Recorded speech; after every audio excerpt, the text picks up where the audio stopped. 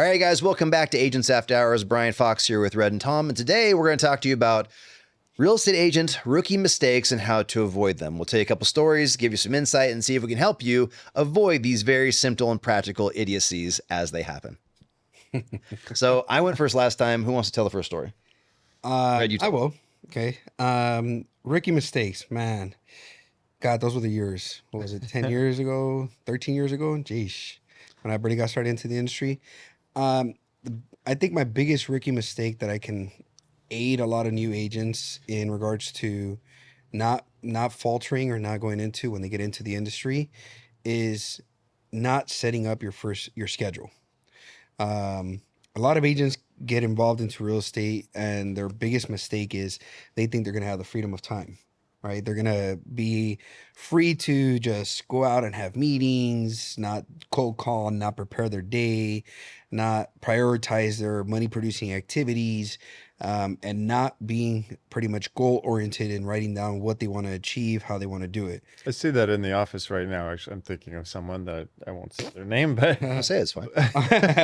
No, they're not time blocking. Yeah. They're not, and then they got a few deals in escrow. A newer agent, they got a few deals in escrow, and now they're all excited. Look at me. I've got a few 5, 10, 15 grand coming in. And all of a sudden, that's all their focus. They're focused on the deal. They're ready to pick up their phone for the escrow, and they're not generating any new business. Yep. So, I can already see it when they close this deal in a couple of weeks. They're going to have absolutely nothing. Spend all that money. And they're going to have to start all over again. But Yep. they just don't understand the money's not in handling the escrow that you already have in escrow.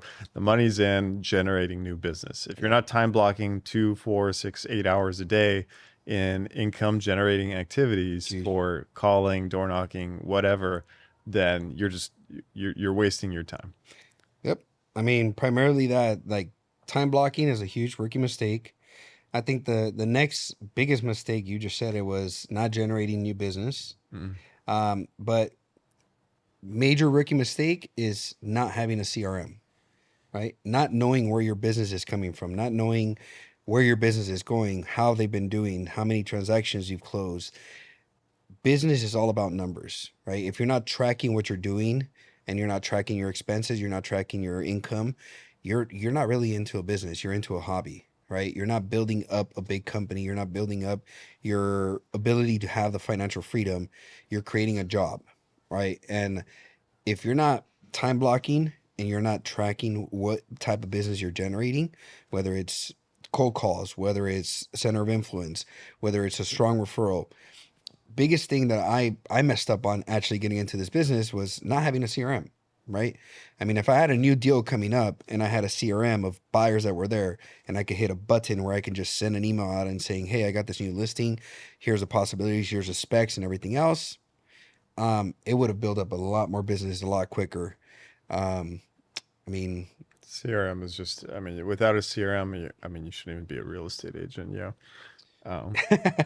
So inside of that, for me, it'd be organization, standard operating procedures, like lead comes in, do this, do that. Lead comes in, do this, do that. Like it was a one-man like pancake flipping show when I started this business. I'm just like flipping pancakes everywhere and there's no organization on the other side. So as a rookie, I could say that was a big thing for me is I was so furious about collection of information, people and conversations and like bringing in stuff, but the back end was suffered for a long time. I see that right now. I mean, we have multiple agents we've seen in the office that have come and gone. Some of them that are all about just understanding data collection, understanding contracts. They want to know what does this mean in the contract? Meanwhile, they haven't talked to a buyer or seller at all. And they're just trying to understand everything about the business before they ever talk to a human. Yeah, before actually even doing the business. And I get that. You want to have more confidence and when you're talking to somebody, and I understand that. And I was there too, probably very early on. And for me, I feel like it was an excuse. Like, I can't talk to anyone yet until I learn the contract, every single word. And it was just an excuse for myself to not actually do the work. Yeah, we got a few of actually- those. There's a few perfectionists in there who don't want to ever be put in a situation where they don't know something, so they won't talk to anybody until they know something. Meanwhile, you'll never know a thing until you experience it. So Meanwhile, it's been a year and they haven't made a commission check, and they have to go back. They have to go back to whatever job they had before, part-time, in order to make money. I think the biggest rookie mistake that I actually faced, and I thought I was a badass about it, was trying to do it all by yourself. I know. You know, it's. I wish I would have had someone that could smack me in the side of my head and say, "Hey, there's so many moving parts in real estate, dumbass. Go over here, partner up with this person, and learn it from someone that's doing it at the level you want to do it at." Yeah. Right. A lot of people have this attachment to giving up a portion of your commission to somebody else because they're going to teach you. It's like anything you do in life. You want to go to college, you want to learn a new trade, you got to pay the school, right? Agents that are doing it that actually have the time to take you under their wing, it's like you signing up to the best university out there. Yep. You know, you got to pay your dues, you got to pay your tuition, you got to go in there and you have to learn, right? You have to invest the time. I was egotistical and I thought that Mr. Badass, I could do it all myself. I can learn how to list, learn how to market. Better thing is no one can do it better than me. Yeah, no one could do it better than me. And I mean, we live in a world right now where technology is so just, it's at the tip of our fingertips, where everybody has to have that shiny star. You have to have that check mark on your Instagram. You have to do these multi-million-dollar listings. You have to have this cool social media following and everything else. So not having that ego that you have to be the team leader the minute you get your license, that is like the biggest mistake you could do going into this industry. It's huge. I mean, just when you were talking about that, I mean, it reminded me of when I started doing my first commercial deals. I did a couple residential deals. I felt like I had that down, and then I got merged into the commercial world, and I immediately knew as like my first. It was like which one was it? I think it was a retail building in Laguna Beach, and I was never done a commercial deal, but I knew that I didn't know what I was doing. So I partnered with a commercial broker that obviously knew what they're doing and watched every move that they made. And then, I mean, I did the same thing over and over. I did a retail building, I did an industrial building, office building. I mean, each of these deals are very complex and have their own kind of pieces tied to them. So each of those times I felt like I had to partner with a different commercial broker that specializes in that type of asset class. Yeah. Well, I will say that that's the other side of the coin of the problem with the industry is a lot of people don't know what they're doing at all. Yeah. And so partnering with them, even though they've been here for a while, it doesn't seem like a great sale. And so like a lot of people who coach today coach based upon things that they used to learn in the business a long time ago. They built a book of business and now that is what sustains it. So I see that point of it, but for the most part, I think the biggest thing is like transaction coordination. I can't even understand how many agents still, after 5 years doing this, want to do their own transaction coordination. There's a very specific, it's like, I was one of them. Those types of agents are not the type, they're not good real estate agents. I think those are the agents that should be transaction coordinators, or they should be assistants, or they should be on the paperwork side of things. And we're all thinking of the same agent in the office who loves to do their own paperwork for every single deal, and it takes up most of her time. And she could be out there generating more business for herself instead of focusing on this $400. What is that? It's like $10-$20 an hour activity. Yeah. It could also be a lot of, like I said, rookie mistakes. That's all you know. Mindset. You know your mind. Yeah, your mindset. Because I was at. I mean, for the first 3-4 years of my real estate career, I was my transaction coordinator. I didn't even know transaction coordinators existed. Yeah, that is genuinely not the same thing. Saying I didn't like that's. Oh no, yes, you're 100% correct. It has to do with the people I associated with. It has to do who I came up with the business. Like, that was the lack of knowledge that I had. The minute I found out that there's somebody that was going to be able to take care of this paperwork, like, holy shit, it was the best blessing in disguise. Yeah. Right? I was like, you seriously will take this pay to do all this? Right. Like, okay. Like, and they do so much more than that. I mean, oh man, they do way much more. Transaction coordinators that for how much Add money we're hours to paying. your week. Yeah. Again, but that's just freeing up. The rookie mistake there is you got to understand the value of your time. Yeah. Right. You get the deal. You obviously meet with the client. You do all these things. Then you let the back end work get done by the back end people. Right. And then at that point, now you go out and generate more deals. Like the other rookie mistake that I used to do is I have this deal. I can't do anything else other than babysit this deal. I need that money. I Like, I cannot leave this to chance. I cannot let this thing go.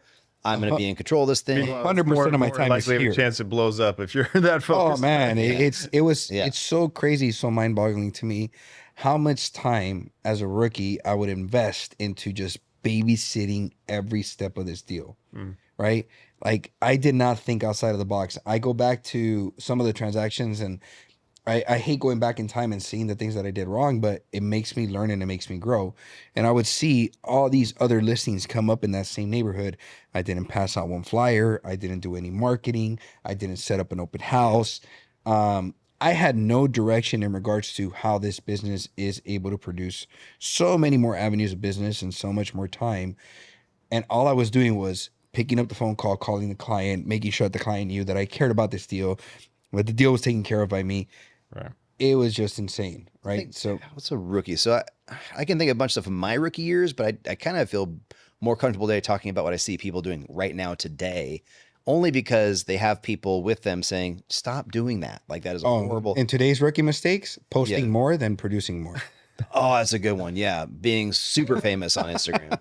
Super famous. There's a lot of people that like to post a lot of information out there, but they don't have time to pick up their phone and They service feel like clients. that's lead generation. Like I'm going to build a business by posting about pretty house. And some people have, to be fair. I mean, Oh yeah, but I mean, but again, I think not that gonna that be ship you. has sailed, right? Well, okay, I'm gonna say this. I think a rookie mistake, whether you like it or not, dancing on TikTok as a real estate agent is not a good way to represent that you are a person that is worth transacting millions of dollars with. I do not think that helps you. Gosh, I should 100% agree with you, but we do know some lenders who are on TikTok and TikTok and they've built a business out of it and they've got buyers out of it. So I mean, Yes. and to be fair, I mean to be fair to it on Instagram, I've posted a lot. I forced myself to kind of post and I've gotten Wait. probably a good amount of deals. From I missed those. When were you dancing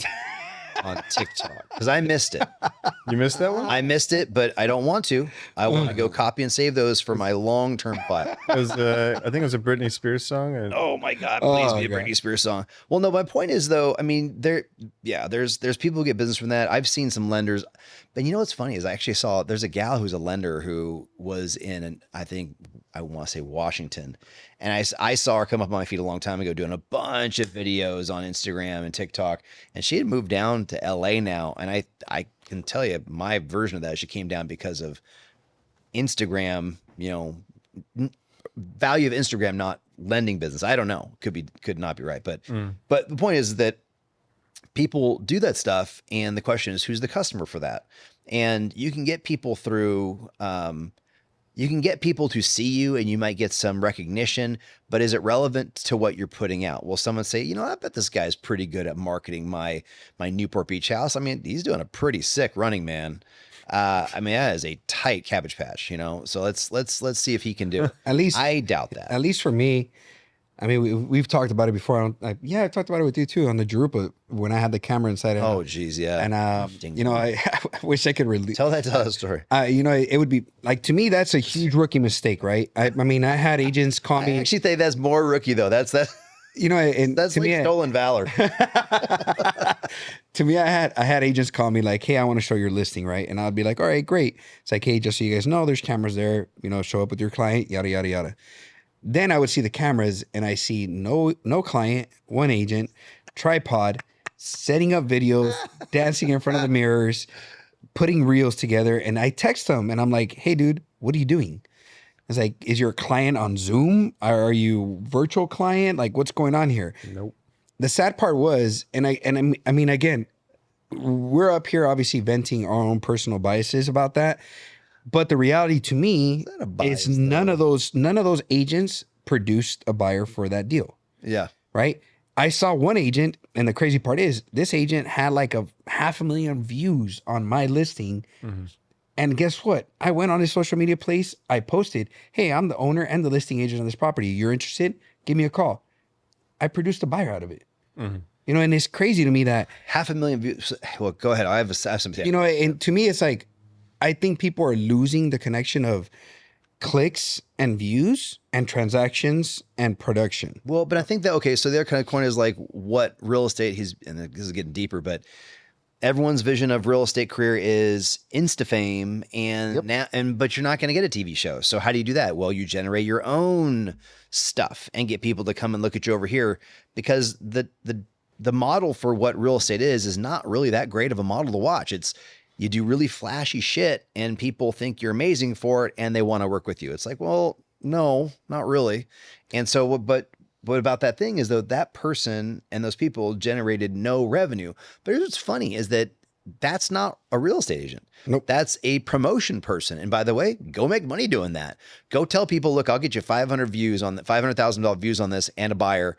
Just give me 50%. I mean, you could do that, like, if you want to, but then you're that person. You're not real estate person. Real estate person, and it depends on what kind of real estate person you want to be. So if you do that, you're not really learning a lot about real estate. You're learning how to do Instagram, which is great, or do TikTok, or do YouTube. Like, you're learning how to promote, but you're not really learning anything about the actual job of keeping or coordinating the actual business. And that, I think, is a rookie mistake, is that you're spending a lot of your time learning promotional factors of self-indulgence, of being special, as opposed to here's actually how you put a deal like this together. Here's how you form a syndication and raise money for this. Here's how you get an investor to sell a 20-unit building and buy a 30-unit building. Like, how do you do that stuff? That's where you're going to make money. You say, oh yeah, but I monetized my Instagram and got $300 this week. It's the shit. Like you, that's like your cell phone bill. Like, you're not getting anything for that. That to me is a rookie mistake, personally. I think another rookie mistake that a lot of agents do is once they get their license, they assume that everybody knows they got their license. You know, they don't go out there. They don't publicly announce it. They're shy. They're scared to, yeah. Well, it's lack of practice, lack of knowing scripts, lack of being aligned with the right office. It's just, the reality is a lot of people think that just because you do a business and you have a license in it, you're going to get business out of it. Yeah. Right. And that's not the reality in today's world. Right. Going back to the Instagram part, another thing about it is obviously posting things that have nothing to do with your business. Right. Rookie mistake is not putting on your social media pages or platforms or anything out there that you're a real estate professional. Right. Understanding that you're in the real estate industry and then making sure that you're available, answering your damn phone, knowing what to say. That's just plain and simple, right? Knowing your license, like simple things that I think are just rookie mistakes. I mean, shit, the list can go on.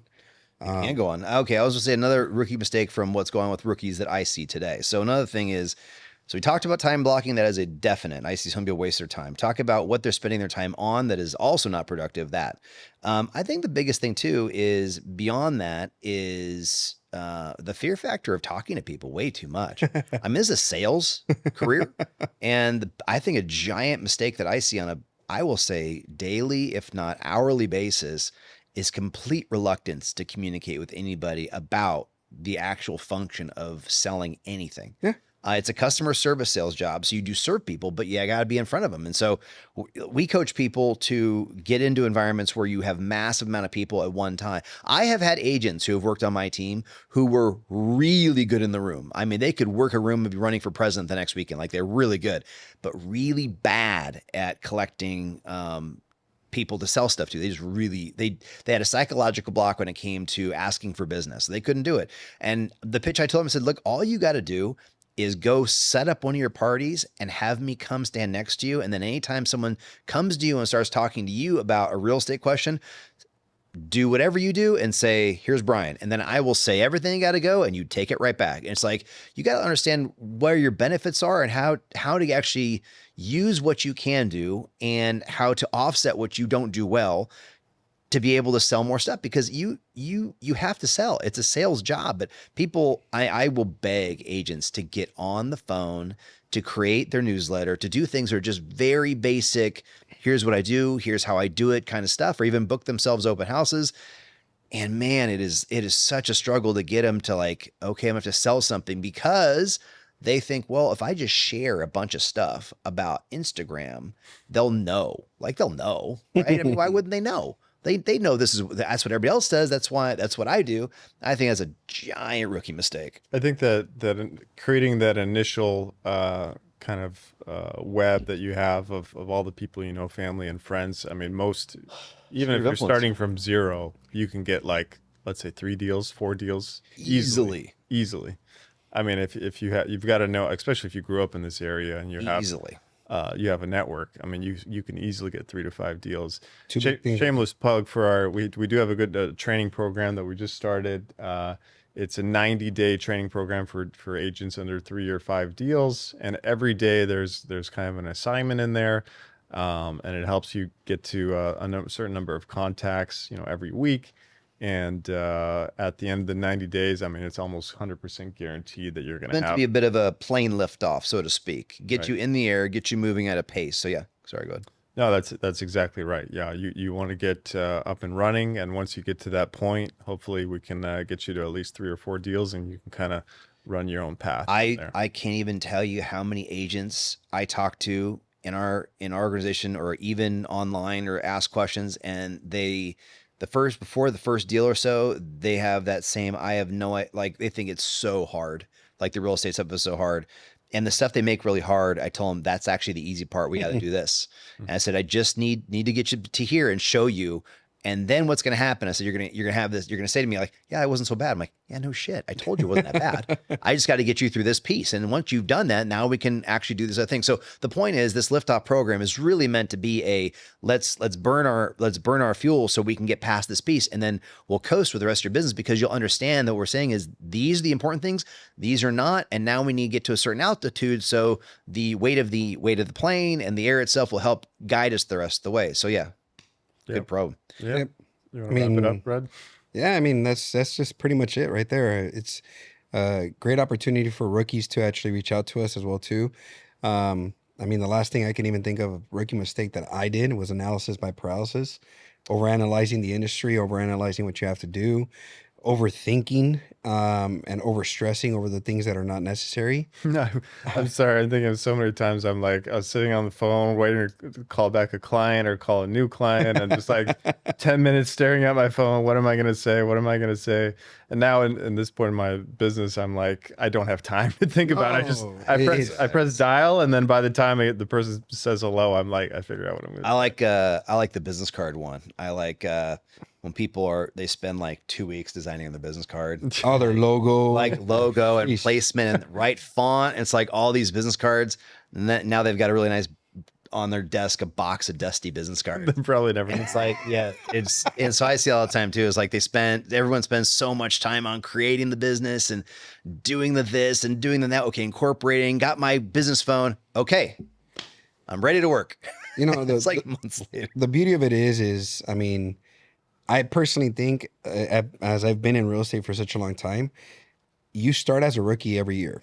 The industry changes every year. You have to adjust. You have to adapt. There's been so many changes in the industry when I started to where I'm at right now. Shoot, in the next 3 weeks, there's a new change. And with laws, with regulations, with finances, with policies, with, presidencies, with governors, with, life events, COVID. I think in real estate, you have to quickly be in a room with people that know how to adapt. You have to know that in the beginning of every year, you're a rookie. Every day you have a new transaction. You have to understand that there's adaptability, there's growth, and there's opportunities to obviously share. So for us, shameless plug, come to our office. We always want to be able to grow. We're not ashamed of actually sharing our failures. I think the biggest rookie mistake is fearing rejection. Rejection is going to be a part of our industry day in and day out. You have to understand that rejection is part of growth. You have to go out there. You got to try new things. You got to go into the new industry, the new sectors.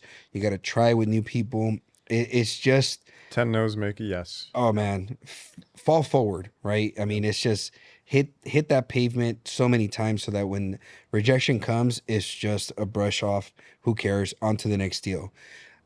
So again, this is who we are. This is what our office offers. The ability to actually have so many diversities, so many opportunities, with no judgment, with no ridiculeness, with ability to grow and support systems from various different experts in the industry. Come on in, give us a shot. I mean, we're more than happy to welcome anybody, answer any questions. As long as we're available and we have the opportunity to answer, we're more than happy to share, and we're more than happy to contribute in whichever way we can. So by all means, this is who KW Legacy is. Tom, Brian, Red, myself. So don't be shy. Come out, ask questions. Every year you're a rookie. You got to learn from those mistakes, guys. Cool. Thanks, guys. Thanks, guys. See you next time.